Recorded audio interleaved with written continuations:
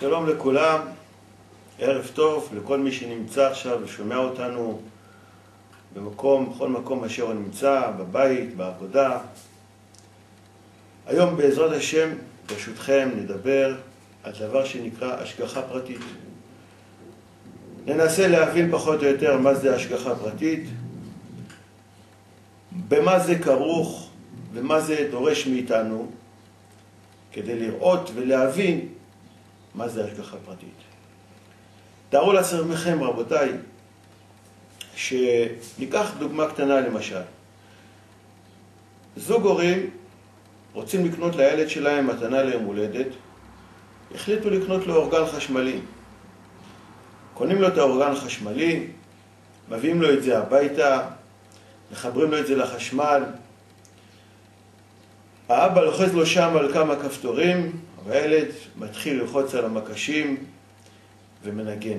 ופתאום יצאת לו מנגינה, מוזיקה כל כך יפה, והוא מבסוט, והוא מנגן. הוא אומר להורים שלו, תראו איך אני מנגן יפה, זה יופי. ההורים מסתכלים עליו, שמחים לראות איך שהילד שלהם שמח, מאוד שמחים. אבל אחר כך האבא פתאום לוחץ לו על איזה כפתור, ואומר לו, עכשיו תמשיך לנגן אותי, תמשיך.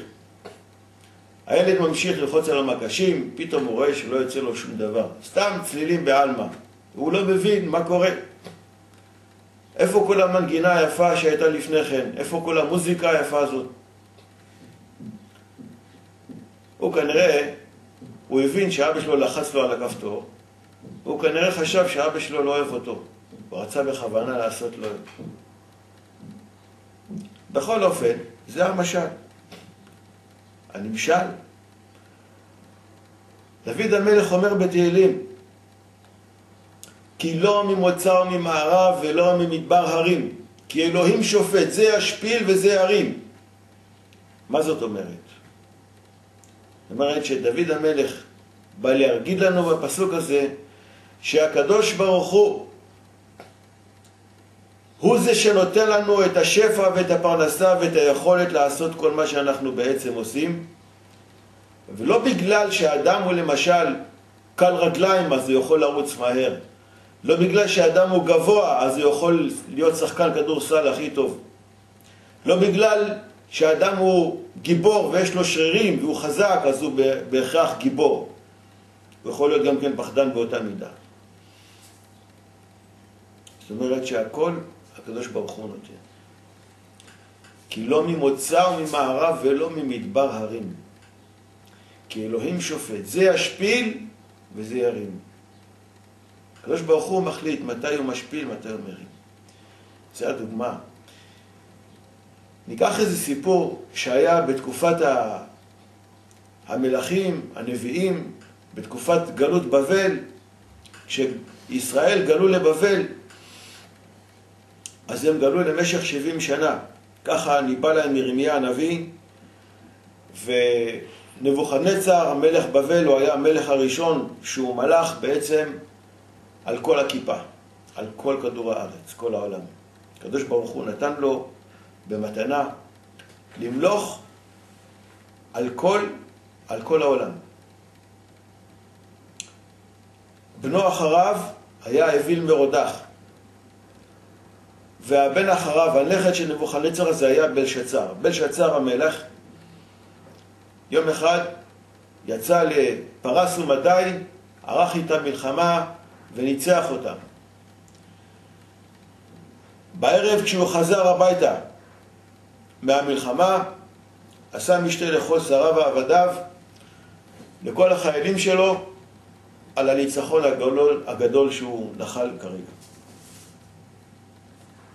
באמצע המשתה הוא חשב לעצמו שבעצם בני ישראל נמצאים אצלו בבבל ועדיין הם לא נגאלו. הוא התחיל לעשות חשבון ש70 שנה הם היו אמורים להיות בבבל כמו שניבא להם ירמיה הנביא, ועברו כבר 70 שנה לפי החשבון שלו והם לא נגאלו. הוא חשב לעצמו שנסתמה הקדוש ברוך הוא מאס בישראל והוא לא רוצה אותם יותר. ואז הוא אמר, אוקיי, אני אשאיר אותם לעצמי, ואני אוכל לעשות בהם מה שאני רוצה. כלי המקדש היו נמצאים אצלו בארמון. מה שאביו בזז מירושלים, מבית המקדש, הוא הביא את זה לבבל.